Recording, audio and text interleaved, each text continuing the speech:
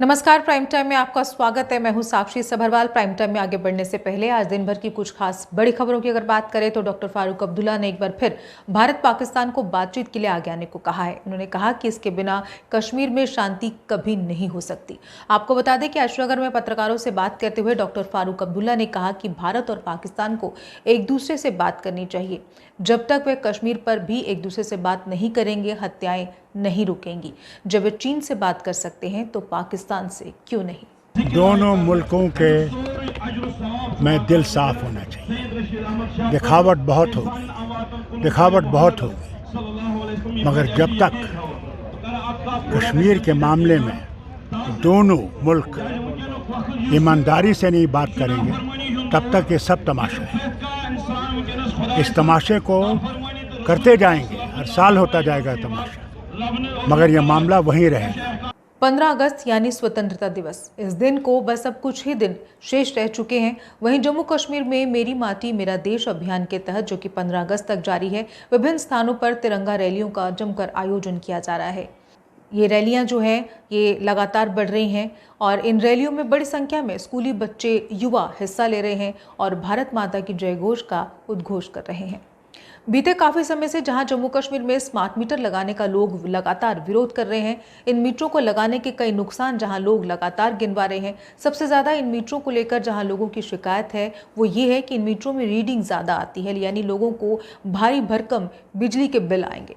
इस समस्या का समाधान लेकर आज चीफ इंजीनियर पीडीडी ने एक प्रेस कॉन्फ्रेंस की और प्रेस कॉन्फ्रेंस में उन्होंने कहा कि इस समस्या को सुलझाने के लिए चेक मीटर लगाए जाएंगे। यानी अगर किसी को लगता है कि उनका बिजली का बिल बहुत ज़्यादा आ रहा है या उनका मीटर जो है ज़्यादा रीडिंग दे रहा है, तो विभाग को एक एप्लीकेशन दी जाएगी, जिसके बाद उनके घर में एक चेक मीटर लगाया जाएगा, जिसके माध्यम से मीटर रीडिंग पर नज़र रखी जा सकेगी, यानी कि वो सही में ऐसा है या गलत, इस बारे में पता लगाया जा सकेगा।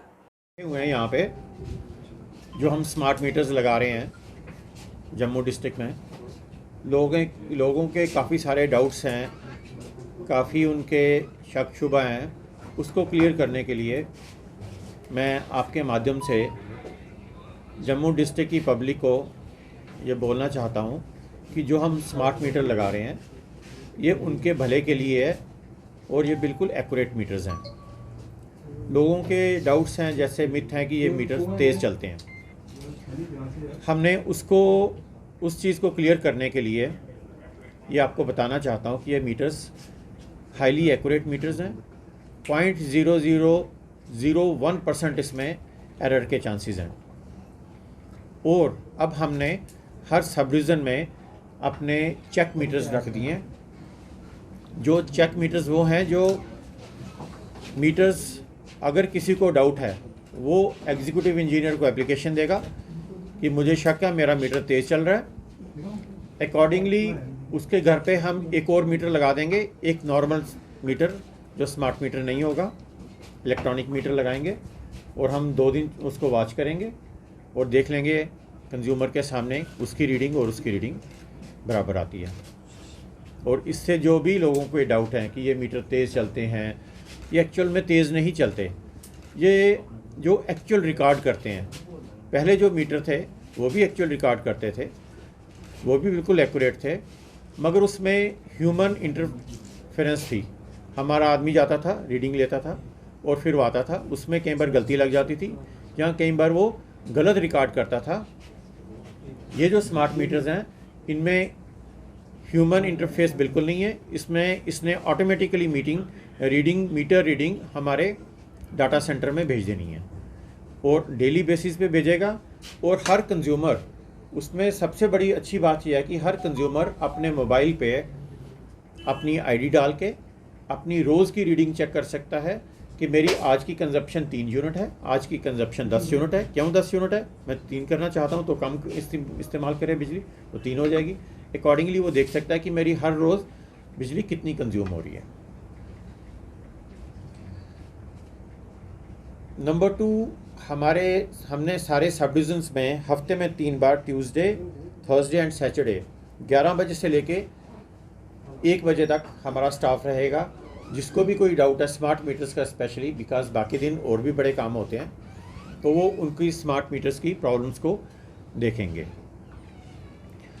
मेरी जनता से यही अपील है कि जो लोग इसको गलत डायरेक्शन दे रहे हैं, लोगों को मिसगाइड कर रहे हैं कि ये स्मार्ट मीटर्स ज़्यादा बिजली शो कर रहे हैं, कंजप्शन ज़्यादा शो कर रहे हैं, वो लोग अपने हमारे ऑफिस में आएँ, चेक मीटर लें, हमारा आदमी जाएगा, चेक मीटर लगाएगा, एक्शन साहब को एप्लीकेशन दें, क्रॉस चेक करेंगे, उससे ठीक हो जाएगा, उनका डाउट क्लियर हो जाएगा।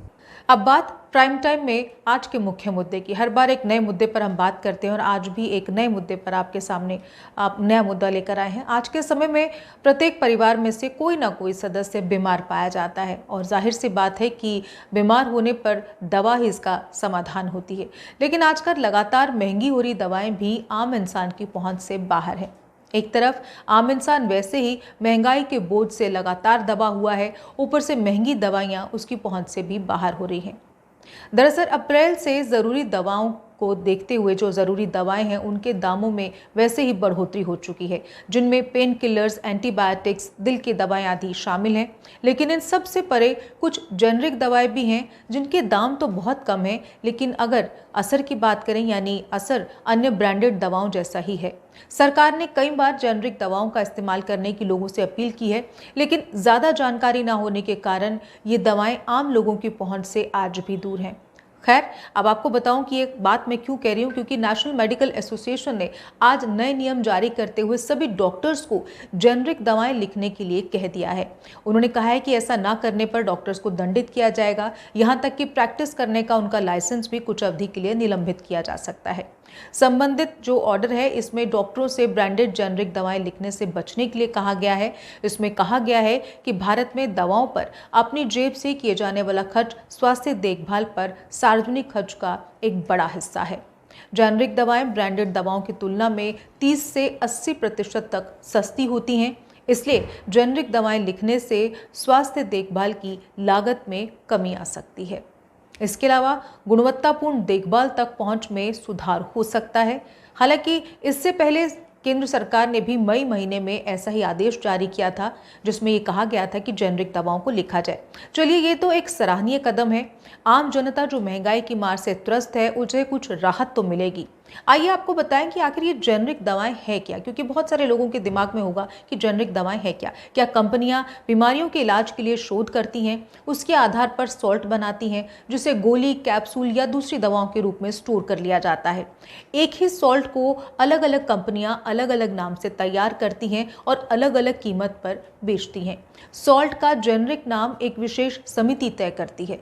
पूरी दुनिया में सॉल्ट का जेनरिक नाम एक ही होता है। एक ही सॉल्ट की ब्रांडेड दवा और जेनरिक दवा की कीमत में 5 से 10 गुना का अंतर हो सकता है।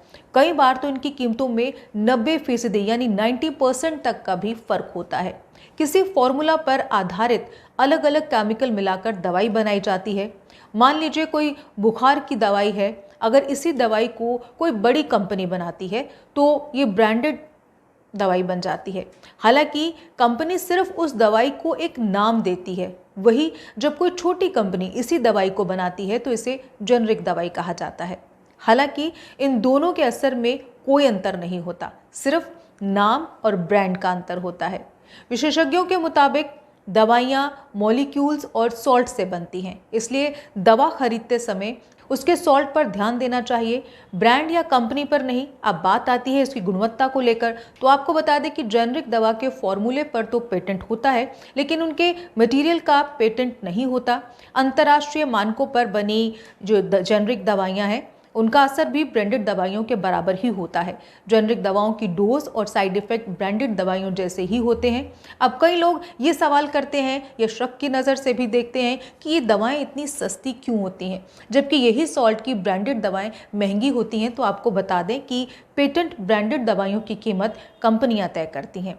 इनके रिसर्च, डेवलपमेंट, मार्केटिंग, प्रचार और ब्रांडिंग पर बहुत खर्चा किया जाता है, जबकि जेनरिक दवाइयों की सीधी मैन्युफैक्चरिंग होती है। इनके ट्रायल्स भी पहले से हो चुके होते हैं। जेनरिक दवाइयों की कीमत सरकार के हस्तक्षेप से तय की जाती हैं और इनके प्रचार पर कुछ खर्च नहीं किया जाता है। अब ये ज़रूरी तो नहीं है कि जो चीज़ सस्ती है वो अच्छी नहीं हो सकती, ज़रूरत है तो बस जानकारी की। तो अब अगर आप अपनी जेब पर ज़्यादा बोझ नहीं डालना चाहते हैं तो जेनरिक दवाओं की ओर रुख कर सकते हैं और अब तब तो डॉक्टर्स को भी जेनरिक दवाएं लिखने के लिए कह दिया गया है। तो अब देखना ये होगा कि कितनी जागरूकता लोगों में आती है कि वो जेनरिक दवाओं की ओर रुख करें और कितना डॉक्टर्स इस पर निर्भर करते हैं कि वो इन बातों को फॉलो करते हैं और जेनरिक दवाइयों को लिखते हैं। खैर, आज हमने प्राइम टाइम में आपको बता दिया कि जेनरिक दवाओं से जुड़ी क्या खबर थी, जेनरिक दवाएं हैं क्या, उनकी कीमतें और उनमें इतना फ़र्क क्यों है ब्रांडेड और जेनरिक दवाइयों में।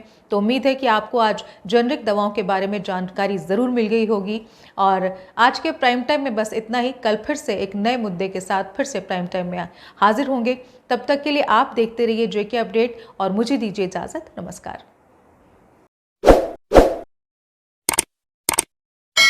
जम्मू कश्मीर की खबरों के लिए जुड़े रहिए जेके अपडेट के साथ।